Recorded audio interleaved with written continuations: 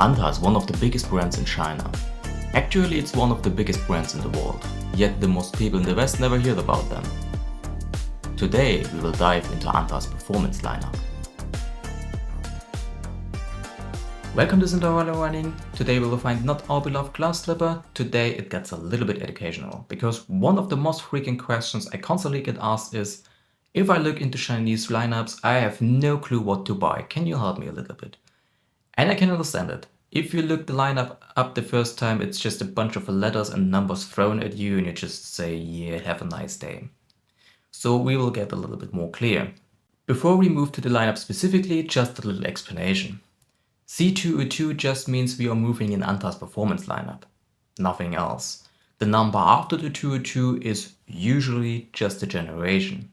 I know it's a little bit overwhelming at first, but imagine yourself you are a new runner and you want to buy an Essex shoe. Then you also notice there is a lot of blasting going on and you still have no clue what to buy. It's a little bit the same with ANTA, but it's actually more simple than you think. When it comes to the foam technology, it gets a little bit tricky, but it's more simple than it looks at first glance.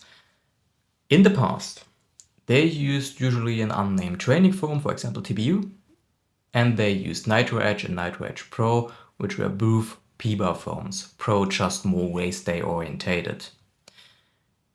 Zach the Foot Doctor made an excellent foam technology video and he claims that ANTA is using a supercritical PU foam or a modern PU foam. He is not wrong, he's completely right, but they use these kind of foams in basketball shoes, not in running shoes.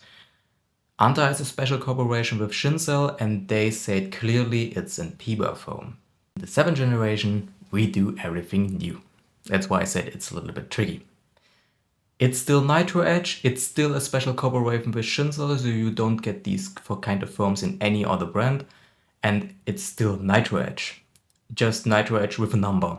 And you just need to know one thing. The higher the number, the more performance, the more race day-like the shoe gets. That's it. So actually it's less complicated than in the past. And finally, let's move to the lineup specifically.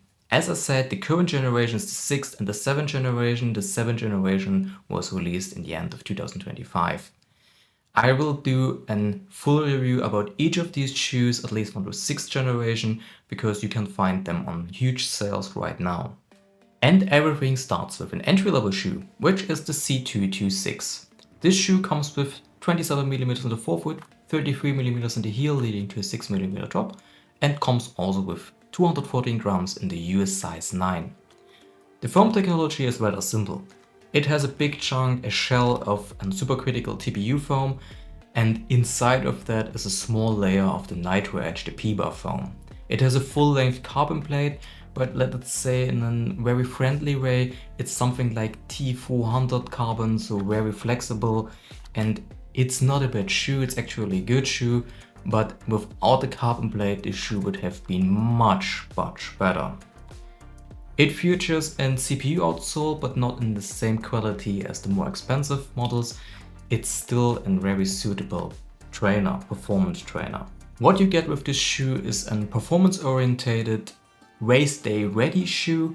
It's definitely on the firmer side of the spectrum, and the forefoot rocker is, let's say, slightly pronounced.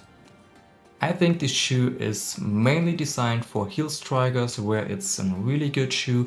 If you are a forefoot striker, the foam can really get a little bit dense and firm. But in terms of value, this thing is really hard to beat.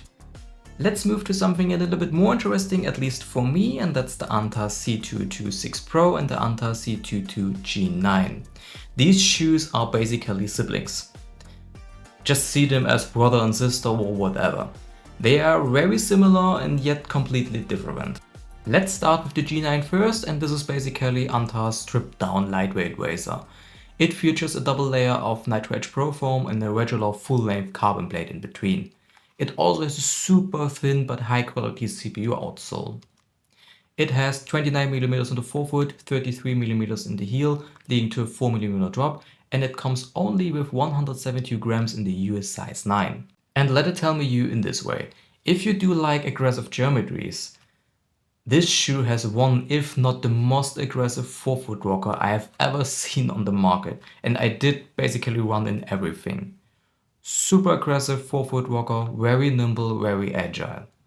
You can imagine this shoe as Essex Metaspeed Edge Paris on steroids, on huge steroids. Otherwise, this foam is definitely on the firmer spectrum in terms of racing shoes, but you do not really notice that because of the rocker geometry. So even though the specs are very minimalistic for modern standards, they feel cushioned through and through. When it comes to the upper, there is something you have to like, and that's in booty upper. You do not have a real tongue, it's basically like a sock, so you do need to like that. Otherwise, the upper is very similar to the Vaporfly 3 upper. It's time to move to its sibling, and that's the ANTA C202 Pro. I don't make a secret out of this. This is my most favorite running shoe from ANTA. This is one of my most beloved glass slippers, and I was very sad to read that they discontinued the shoe for the 7th generation, at least in the current knowledge I have. As I said, this shoe is very similar to the G9. What it separates itself from the G9 is a more grippier and thicker CPU outsole and the carbon blade. This shoe features a very unique split carbon blade.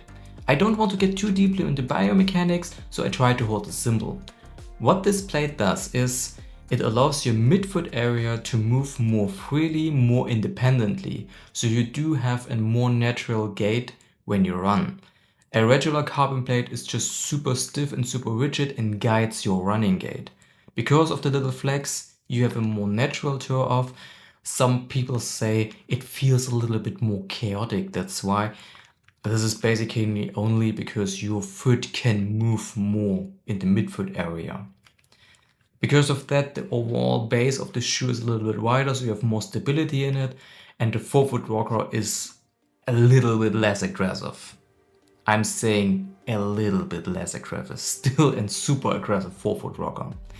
It also comes with 29mm in the forefoot, 33mm in the heel, leading to a 4mm drop, and it comes with 190 grams in the US size 9. The upper is also very similar to the G9, booty construction, a little bit of Vaporfly 3 upper, and a very padded heel cup. Otherwise, simply the same shoe. Very aggressive forefoot rocker, on the firmer spectrum of super shoes, but because of the rocker geometry you do not really notice the firmness. This is definitely a shoe you can take to a full-length marathon. When we talk about performance and racing shoes in the ANTA lineup, we do have to talk about the ANTA C10 Pro. As you can see, a very special geometry, it's a super unique shoe. Before you start Puma Fast Air 3, no.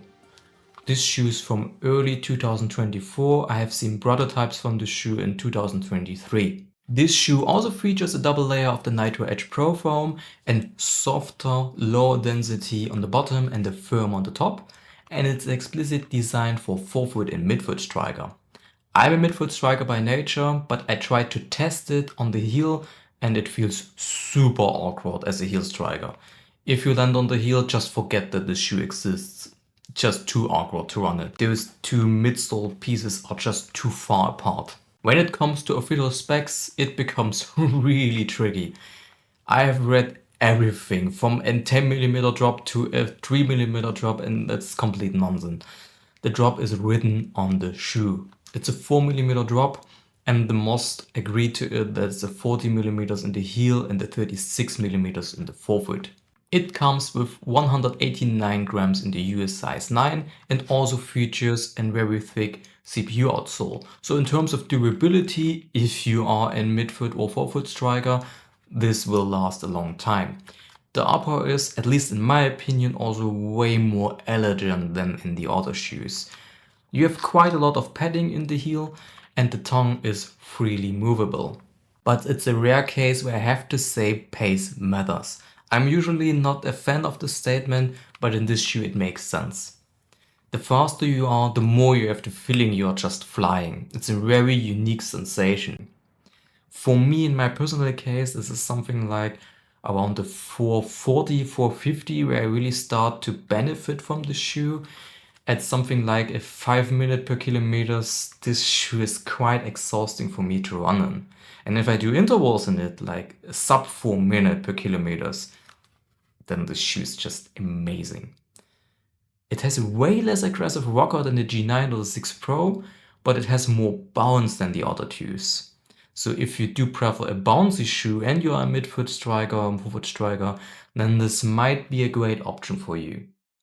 Let's move slowly to the end because this video will be probably long enough and my garbage English gets worse and worse and I will never be able to edit all the grammar mistakes out.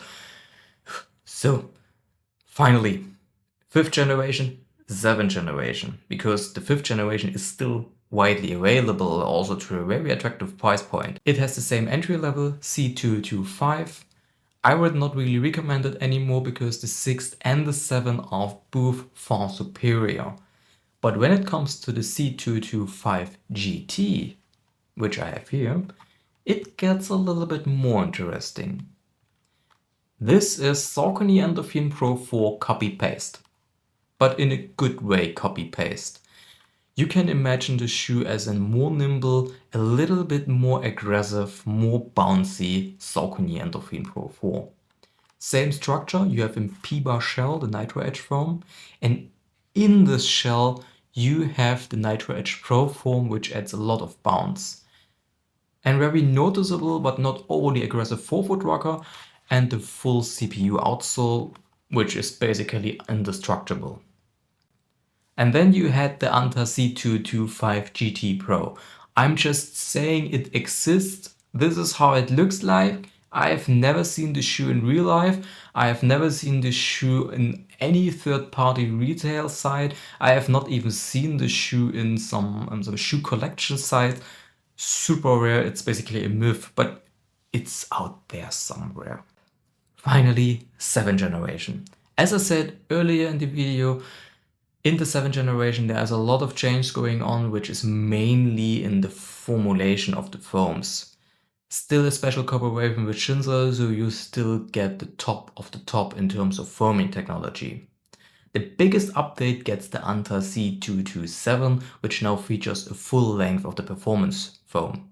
Otherwise still a carbon plate, still CPU outsole, still entry-level budget shoe.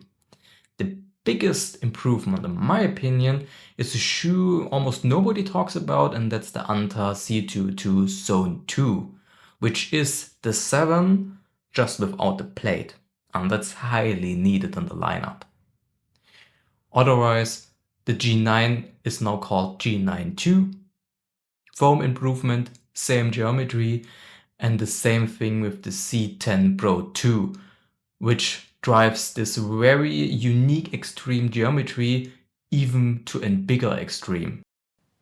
That's it, the 7th generation. I think it's more clearer now what the shoes are supposed to do, which is always a good thing. The 6 Pro gets not continued, sadly, at least in my current knowledge.